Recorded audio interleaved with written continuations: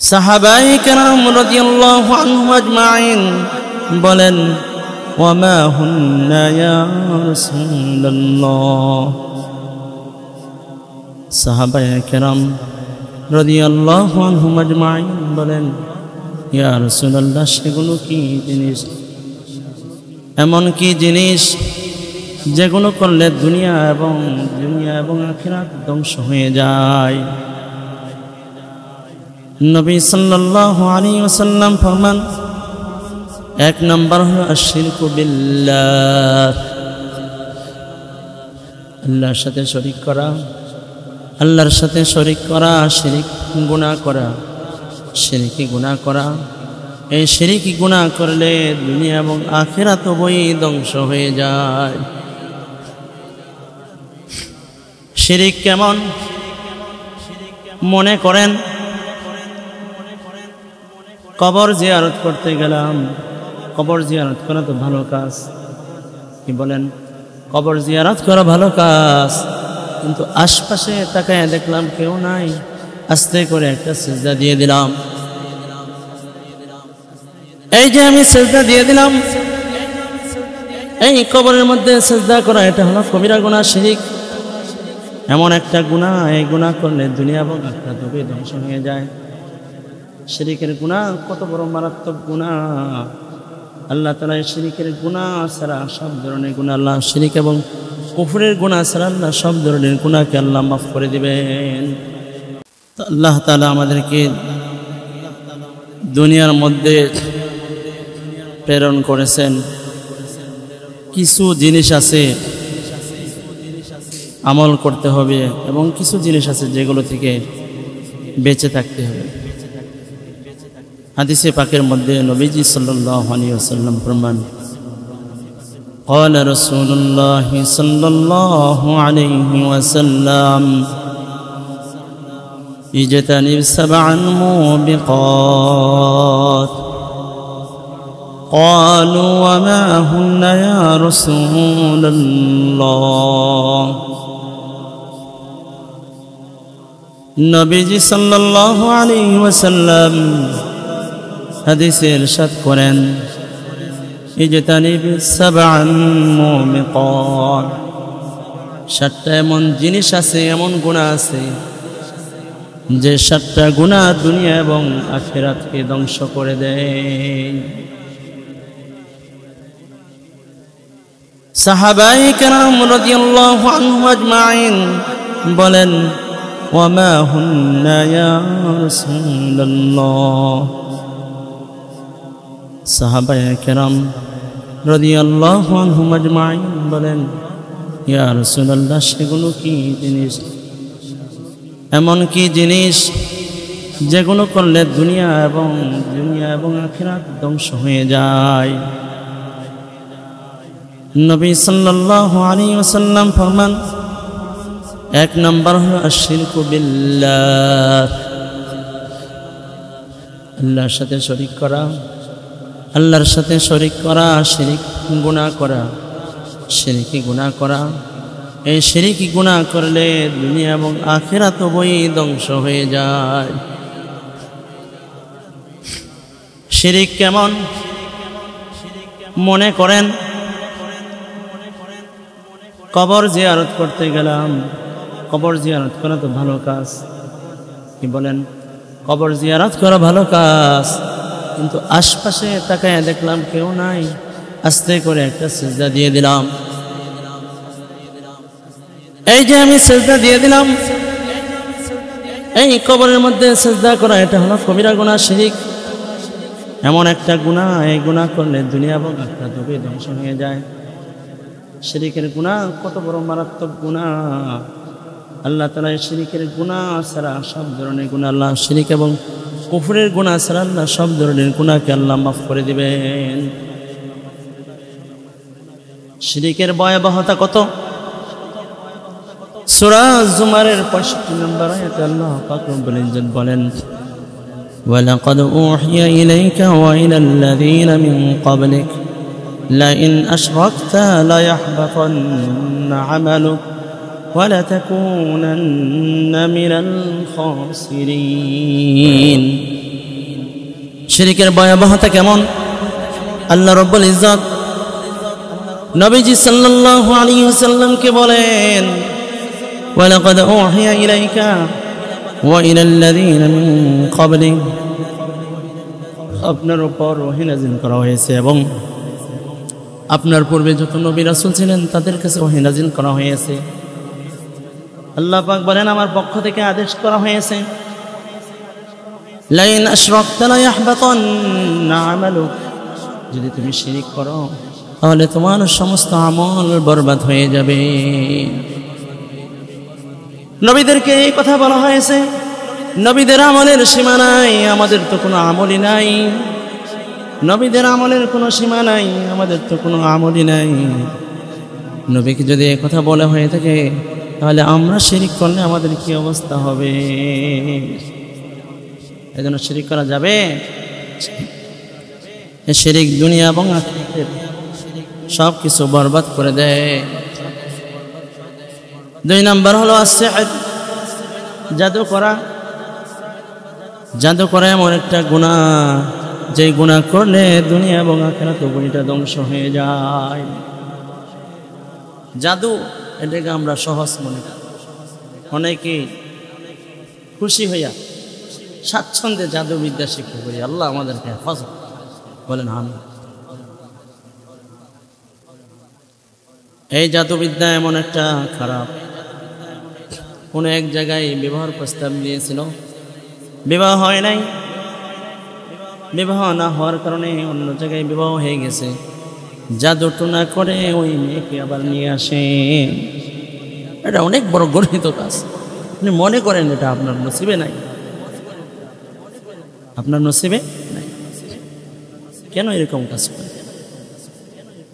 এই জন্য জাদু থেকে বেঁচে থাকতে হবে জাদু থেকে বেঁচে থাকার জন্য আমল আছে হাদিসের মধ্যে আসছে যেই করে সূরা বাকারা তেলাওয়াত করা হয় সেই করে জাদু এবং শয়তান প্রবেশ করতে পারে না এই জন্য আমাদের ঘরগুলোর মধ্যে সূরা বাকারার আমল চলে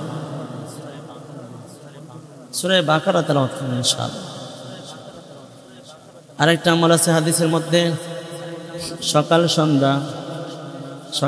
সন্ধ্যা অর্থাৎ ফজরের নামাজের পরে 3 বার এবং মাগরিবের নামাজের পরে 3 বার সূরা ইখলাস সূরা ফালাক সূরা নাস 3 বার করে পড়ে সূরা ইখলাস কুল হুয়াল্লাহু আহাদ সূরা ফালাক কুল আউযু বিরাব্বিল ফালাক সূরা নাস কুল আউযু বিরাব্বিন নাস 3 বার করে পড়ে এরকম ভাবে হাতের মধ্যে ফু দিয়ে সামনের অংশটা মাসে করে দেব ফজরের নামাজের পরে মাগরিবের নামাজ পরে 3 বার করে আর জোহরের নামাজ আসরের নামাজ এশার নামাজের পরে একবার করে এই আমল যদি আমরা করতে পারি জাদুটোনা আমাদেরকে কিছুই করতে পারবে না এজন্য আমরা নিজের আমল করব আমাদের বিবিদেরকে আমাদের সন্তানদেরকে আমল শেখাব ইনশাআল্লাহ জাদুটোনা কিছু করতে আমল করব তো ইনশাআল্লাহ 3 নম্বর গুনাহ হলো যেই গুনাহ দুনিয়া এবং আখিরাত উভয়টাকে ধ্বংস করে দেয় দুনিয়া এবং আখিরাত উভয়টাকে ধ্বংস করে দেয় 3 নম্বর গুনাহ হলো কতলুন নাফসুল্লাতী হারামাল্লাহু ইল্লা বিল হক কোন জানদার কোন জানোয়ার কোন প্রাণীকে অন্যায়ভাবে হত্যা করা অন্যায়ভাবে কোন জানোয়ারকে হত্যা করা নাসাই শরীফের হাদিসের মধ্যে আছে قال رسول الله صلى الله عليه وسلم من قتل عصفورا عبثا حج إلى الله يوم القيامة নবী সাল্লাল্লাহু আলাইহি ওয়াসাল্লাম ফরমান যে ব্যক্তি কোনো একটা চড়ুই পাখিকে অন্যায়ভাবে অনর্থকভাবে হত্যা করবে হাজ্জা ইলাল্লাহ ওই চড়ুই পাখিটা কিয়ামতের ময়দানে আল্লাহ তাআলার কাছে নালিশ করবে এমনিতে খাওয়ার জন্য হলে এক জিনিস আর এমনিতে হাতে বন্দুক আছে অথবা অন্য কোনো জিনিস মন চাই মেরে দিলাম মারা গেল এরকম অনর্থকভাবে কোনো জিনিসকে, কোনো প্রাণীকে হত্যা করলে সেই প্রাণী আল্লাহ তাআলার দরবারে নালিশ করে। তাহলে হলে বুঝেন, এখন মানুষকে যদি মারা হয় সর্বশ্রেষ্ঠ। আল্লাহ তাআলা আমাদেরকে এই সমস্ত অপকর্ম থেকে হেফাজত করেন। এই চড়ুই পাখি বলবে, কতালানি আবাসান, আমাকে অনর্থকভাবে হত্যা করেছেন। ওয়ালাম ইয়াকতুলনি মানফা, কোনো উপকারের জন্য আমাকে হত্যা করেনি, মারেনি। এজন্য এরকম থেকে আল্লাহ আমাদের। আরেকটা গুনাহ হলো যে গুনাহ আখিরাত দুনিয়া আখিরাত ধ্বংস করে দেয়, ওয়া আকলুর রিবা, সুদ খাওয়া। কি খাওয়া? সুদ খাওয়া। সুদ এত বড় গুনার কাজ, দুনিয়া আখিরাত উভয় ধ্বংস করে। এজন্য সুদ খাওয়া যাবে না। যে ব্যক্তি সুদ খাইবে, হাদিসের মধ্যে আসছে, তার পেটের বিরাট গড়ের মতো তার পেটটা বানিয়ে দেওয়া হবে। তার পেটটা বিরাট গড়ের মতো বানিয়ে দেওয়া হবে। গড়ের মধ্যে সাপ আর সাপ থাকবে। এই সাপ তার পেটের মধ্যে দংশন করতে থাকবে। এই দুনিয়া আখিরাত উভয় জাহানকে তো উভয় জগতে ধ্বংসের কারণ হবে এই সুদ খাওয়া। এই জন্য সুদ খাওয়া যাবে। যারা সুদ খায় তারা আল্লাহ তাআলার বিরুদ্ধে যুদ্ধ ঘোষণা। আরেকটা গুনাহ হইল, যে গুনাহ করলে দুনিয়া আখিরাত উভয়টা ধ্বংস হয়ে যায়, ওয়া আকলু মালিল ইয়াতীম, এতিমের সম্পদ ভক্ষণ করা। যে ব্যক্তি এতিমের মাল ভক্ষণ করবে, তার দুনিয়া এবং আখিরাত উভয় ধ্বংস হয়ে যাবে। আল্লাহ রাব্বুল ইজ্জত বলেন, ক্বালাল্লাহু তাআলা ইন্নাল্লাযীনা ইয়াকুলুনা আমওয়ালাল ইয়াতামা যুলমা, নিশ্চয়ই যারা অন্যায়ভাবে এতিমের মাল ভক্ষণ করে, অন্যায়ভাবে এতিমের মাল খায়, এতিমের মাল আত্মসাৎ করে, ইন্নামা ইয়াকুলুনা ফী বুতুনিহিম নার, নিশ্চয়ই তারা তাদের পেটের মধ্যে আগুন ভরতেছে। যারা এতিমের মাল খাইতেছে তারা তো মাল খায় না, তারা তাদের পেটের মধ্যে আগুন ভরতেছে। ওয়া সায়াসলাউনা সাঈরা, অতি শীঘ্রই তারা জাহান্নামের মধ্যে দাখিল হবে। দুনিয়াও ধ্বংস, আখিরাতও ধ্বংস। ওয়া সায়াসলাউনা সাঈরা, দুনিয়ার মধ্যে তারা মাল খাইতেছে না, বরং আগুন খাইতেছে। আখিরাতে তাদের জন্য জাহান্নামের শাস্তি রয়ে গেছে। এই জন্য এতিমের মাল অন্যায়ভাবে খাওয়া যায়। হ্যাঁ, তবে অন্যায়ভাবে না খেয়ে যদি মনে করেন আপনার ভাতিজা অথবা অন্য কেউ মারা গেছে, তার অনেক সম্পদ আছে, তার সন্তানগুলো নাবালেগ, তারা তাদের সম্পদের কোনো রক্ষণাবেক্ষণ ঠিক মতো করতে পারতেছে না, তাহলে আপনি যদি তাদের এই কাজের মধ্যে সময় ব্যয় করেন,